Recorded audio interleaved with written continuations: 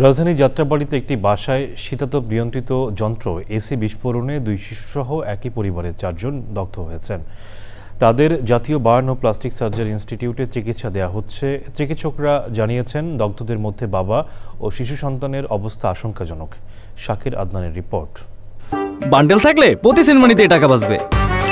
বিকাশ send money bundle কিনে জিতুন প্রতি লেনদেনে।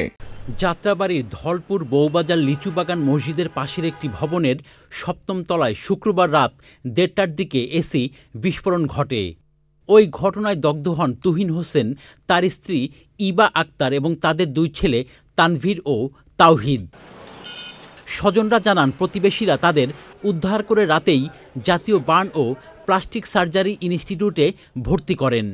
হাসপাতাল থেকে ফোন দিছে যে আপনি এবার কি হন, আমি ইবা আমার ভাগ্নি লাগে, তারা তো হাসপাতাল ভর্তি আছে, বাসায় একটা দুর্ঘটনা ঘটছে, এসির থেকে বিস্ফোরণ হয়েছে। তা আমরা শুনে ওইভাবে আমরা তাড়াতাড়ি চলে আসি। চিকিৎসকরা জানিয়েছেন, আগুনে তুহিনের শরীরের 47%, ইবার 15%, বড় ছেলে 9 বছরের তানভীরের 40% ও ছোট ছেলে 7 বছরের তাওহিদের 8% দগ্ধ হয়েছে।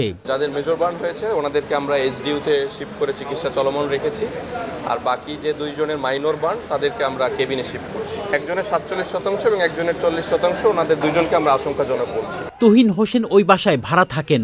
তিনি রাজধানীর মোতালেব প্লাজার মোবাইল সার্ভিসিংয়ের দোকানে কাজ করেন।